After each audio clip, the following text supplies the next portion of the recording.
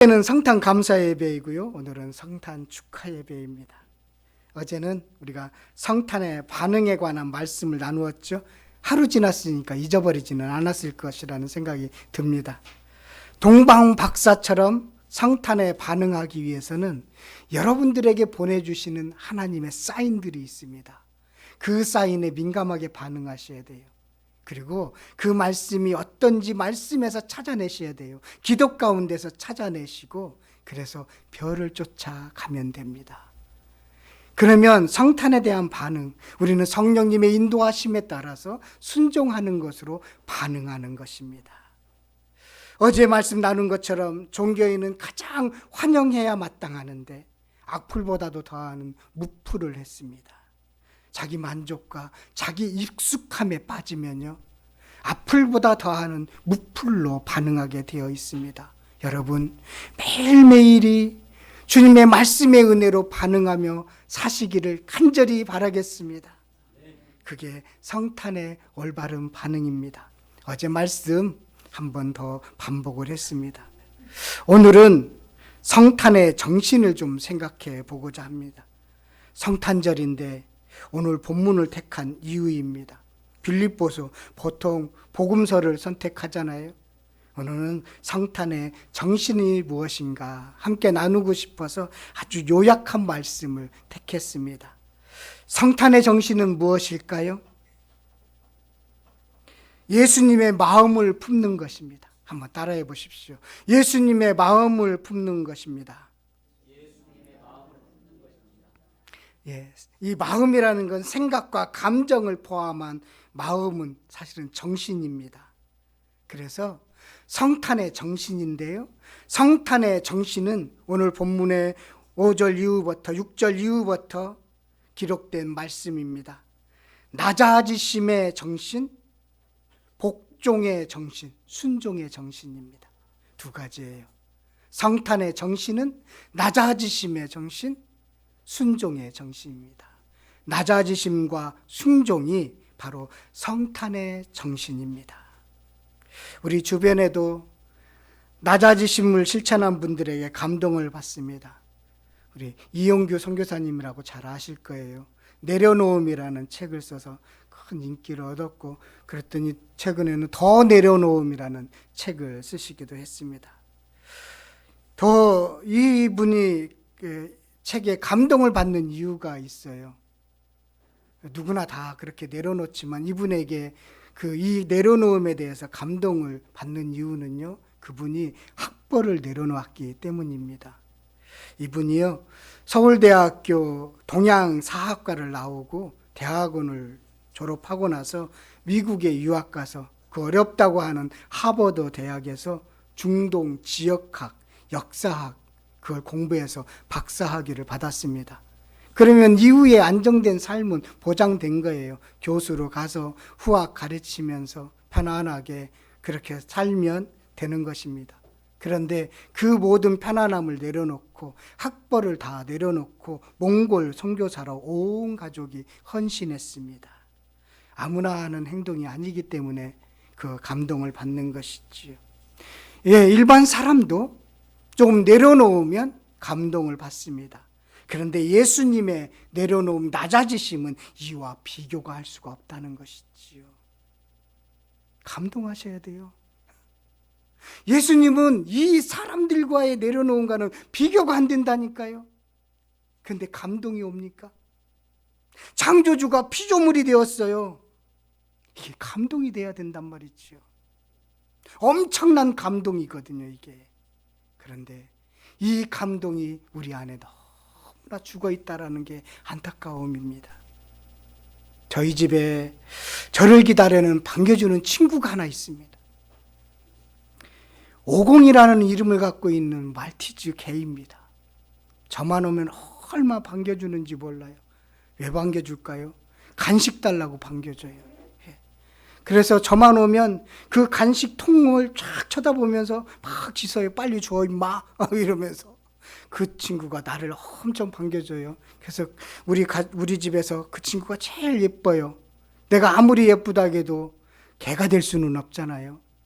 그렇죠? 그 개를 구원하기 위해서 내가 개가 된다고 해도 나는 피조물이고 그 개도 피조물이에요. 피조물이 되는 거예요. 그런데 창조주가 피조물이 되었다니까요. 엄청난 감동입니다. 예수님의 낮아지심은 창조주가 피조물이 되는 것입니다. 수준이 다른 것입니다. 이 낮아지심의 마음을 품고 사는 것이 성탄의 정신이다라는 것입니다. 성탄의 정신이에요. 죽기까지 복종하심을 품는 것이 성탄의 정신입니다.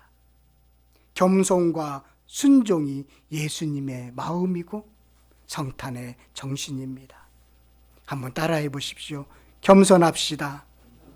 순종합시다. 그런데 이 마음은 성도들과 생활할 때, 교제할 때 품는 마음이라는 거예요. 자신이 살아갈 때, 그때 품는 마음, 겸손과 순종의 마음이라는 것입니다. 공간복음에서는 예수님이 어디까지 낮아지셨는지를 몇 가지의 사건을 통해서 우리는 살펴볼 수가 있습니다. 예수님의 낮아지심의 첫 번째는요, 그 무명인, 아무도 알지 못하는 요셉과 마리아를 통해서 이 땅에 오셨다는 사실입니다. 나사렛 시골에 사는 청년과 처녀입니다. 너무나 가난하고 아무런 영향력을 갖고 있지 않은 그런 청년과 처녀입니다. 그들이 얼마나 가난했는지를 짐작해 주는 말씀이 누가복음 2장 22절부터 24절에 있습니다. 우리 가서 한번 찾아보겠습니다. 누가복음 2장 22절부터 24절입니다. 누가복음 2장 22절 24절 22절부터 24절까지 우리 함께 교독하도록 하겠습니다. 모세의 법대로 정결 내식의 날이 참에 아기를 데리고 예루살렘에 올라가니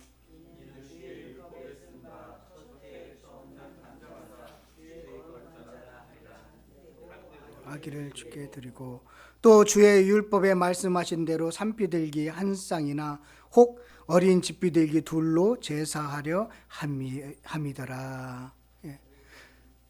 거기까지. 산비둘기와 집비둘기는요, 어린 양을 바치기 힘든 여인들이 아들이나 딸을 낳고 제사를 드릴 때 사용한 제물이었습니다.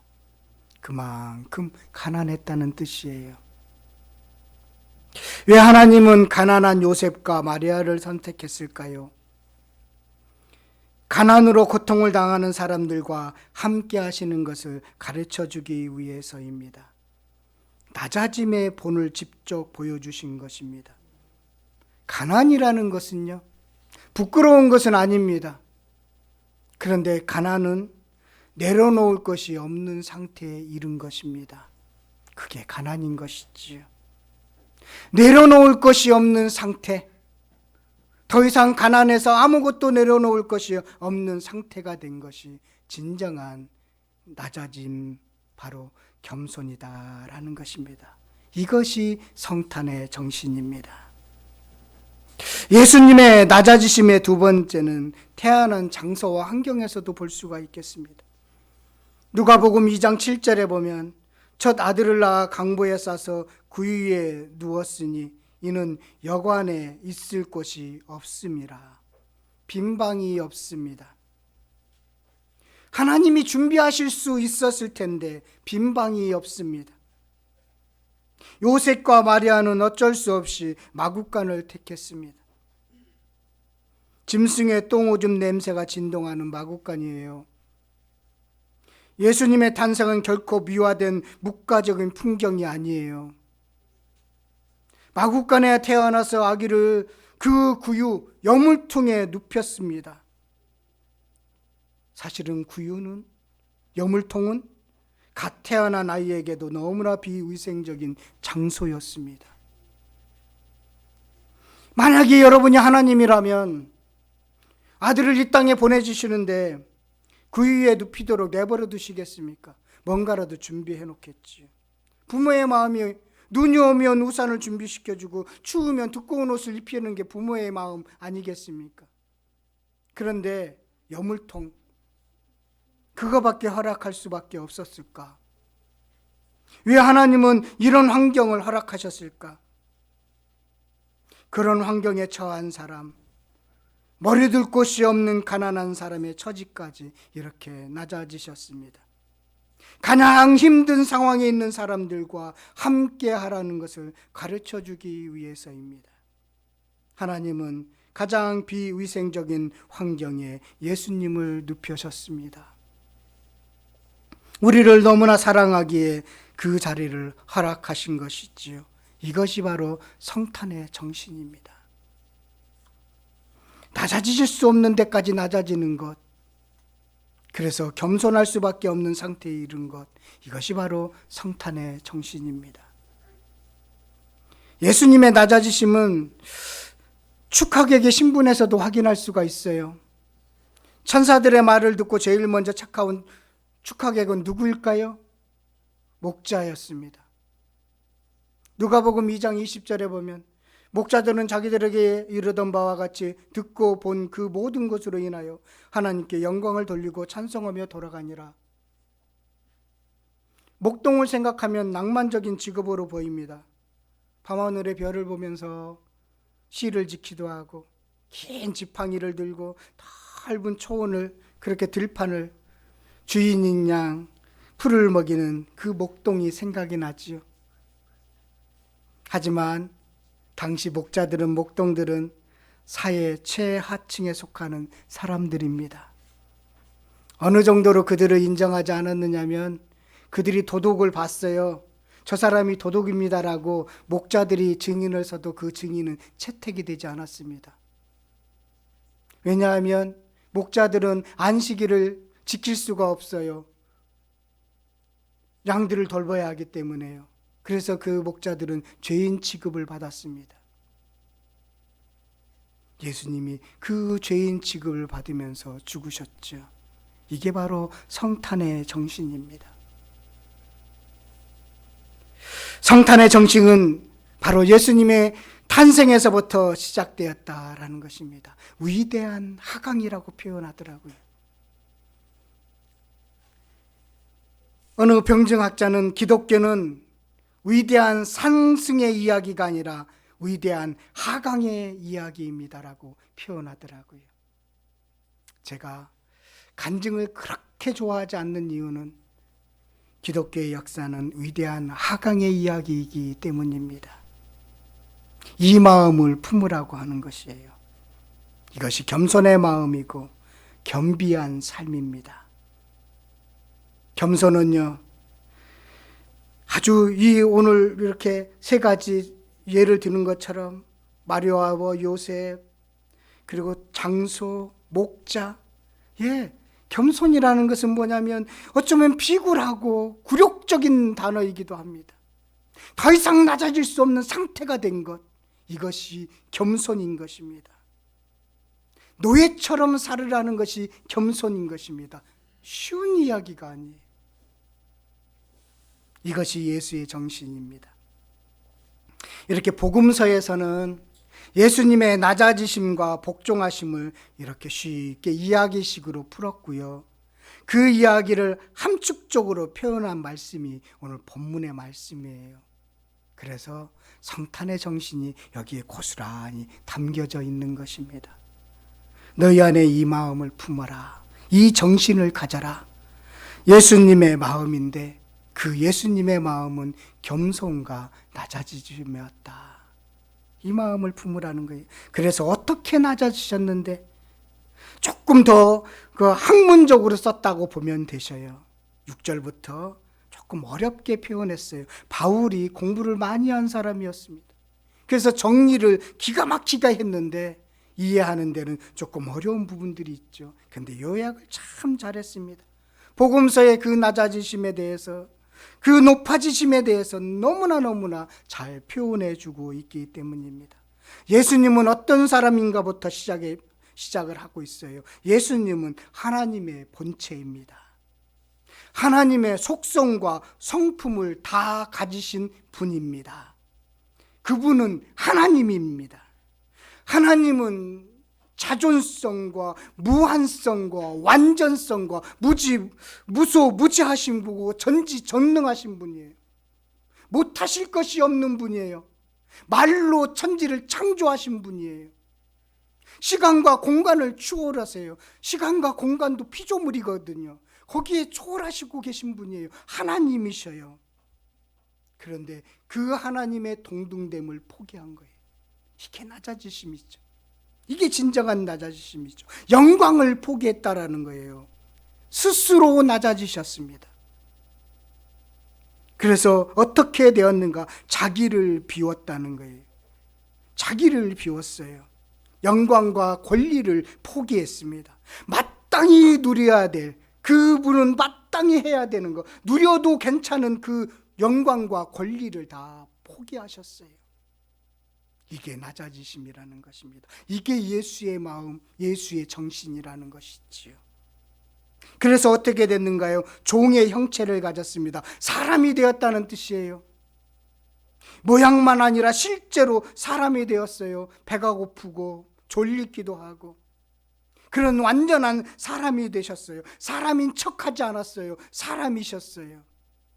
종의 형체를 가지셨다는 거예요. 피조물이요. 창조주가요. 피조물이 되었다는 거예요. 얼마나 사랑하면 그렇게 낮아지셔서 우리를 구원하기 위해서 얼마나 사랑하면 그랬을까? 그런 생각이 들지 않습니까? 이게 예수의 마음입니다. 예수의 정신이에요. 성탄은 예수의 정신을 기념하는 날입니다. 그래서 어떻게 했는가요? 십자가의 죽음까지 낮아지셨습니다. 죽기까지 복종하셨지요. 이것이 진정한 낮아짐입니다. 이 정신을 본받아야 한다라는 것입니다. 예수의 마음을 가진 사람은 그러면 하나님이 높여주십니다. 그 이후에 예수 그리스도를 높여주셨죠. 부활하셔서 하나님 우편에 앉아 계셔서 우리를 다스리고 계시지요. 한나를 높여주신 것처럼 그렇게 높여주시는 것입니다. 자기가 높아지려고 하지 않아도 하나님이 때가 되면 높여주시는 것입니다. 이용규 선교사님 처음 서두에 이야기했는데 그분은 내려놓음이라는 낮아짐을 선택했습니다. 그랬더니 높여주신 것을 보게 되지 않습니까? 만약에 그가 박사학위를 받고 교수가 돼서 후학을 양성하면 몇몇 사람들은 알아줬겠지요. 그렇죠? 그런데 그 서울대 나와서 하버드 나와서 박사학위 받은 사람 우리나라 수천 명이 됩니다. 그 중에 한 명밖에 안 되는 거예요. 그런데 진정으로 내려놓으니까 하나님이 높여주시잖아요. 선한 영향력을 끼치게 하시잖아요.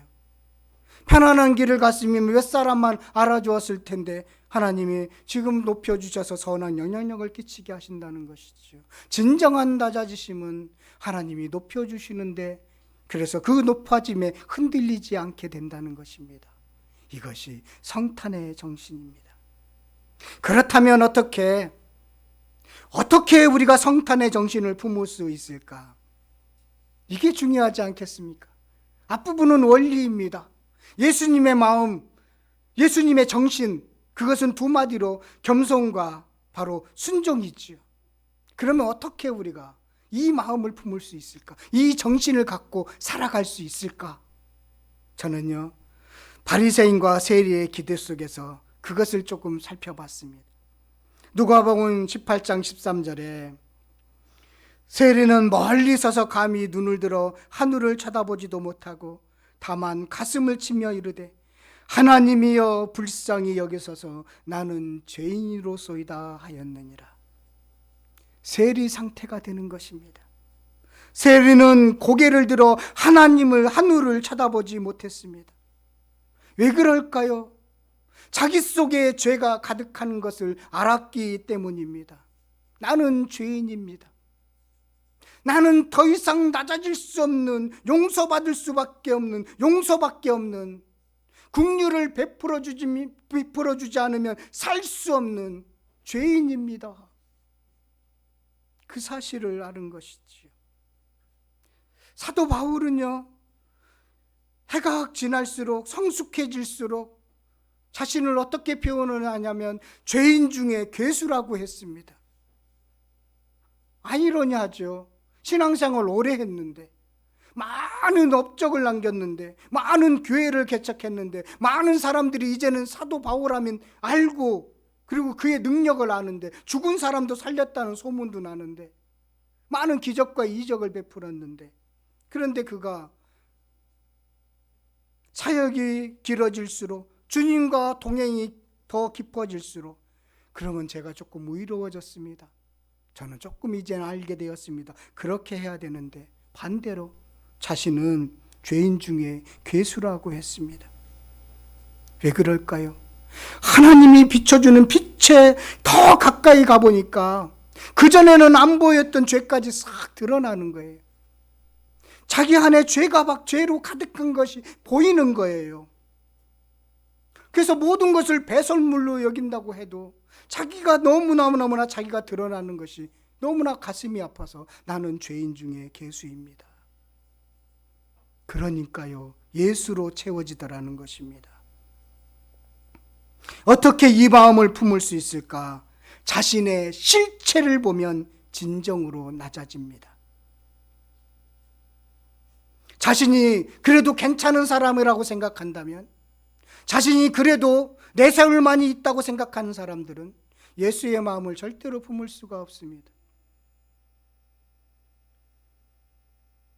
진정으로 내려놓은 상태, 내 속에 내려놓을 것이 없는 상태, 내 속에 있는 것은 죄밖에 없다라고 고백할 수 있는 상태에 이를 때 바로 예수의 정신을 가질 수가 있는 것입니다.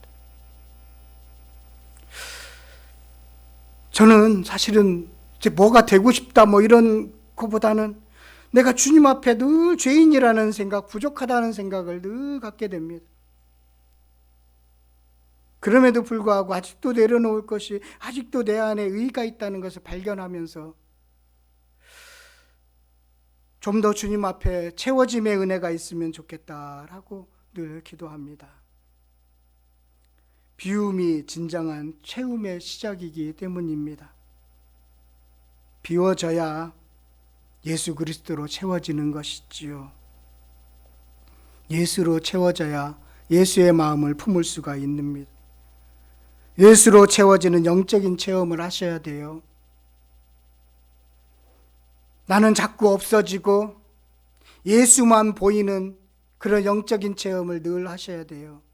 우리가 바울까지는 가지 못할지라도 세리는 될 수 있지 않습니까? 감히 하늘을 쳐다보지 못하고 불쌍히 여겨 주옵소서. 나는 죄인으로서이다. 내 생각에 악이 가득합니다. 그 마음을 품을 때 예수의 마음을 가질 수 있습니다. 그래서 힘든 거예요. 그래서 예수의 정신에 따라서 살아가는 것이, 그 마음 품는 것이 쉽지 않은 거예요. 창조주가 피조물이 되었다는 거 막연하죠? 할 수 있을 것 같죠? 그런데 막상 내가 하려고 하면 안 되는 이유가 거기에 있는 것입니다. 여러분, 예수로 채우십시오. 그럼 나머지는 다 부수적인 것입니다. 그래서 예수님이 가라면 가면 되고 쓰라면 쓰면 되는 것입니다. 나머지는 부수적인 거예요. 예수로 채워주시면 되는 거예요.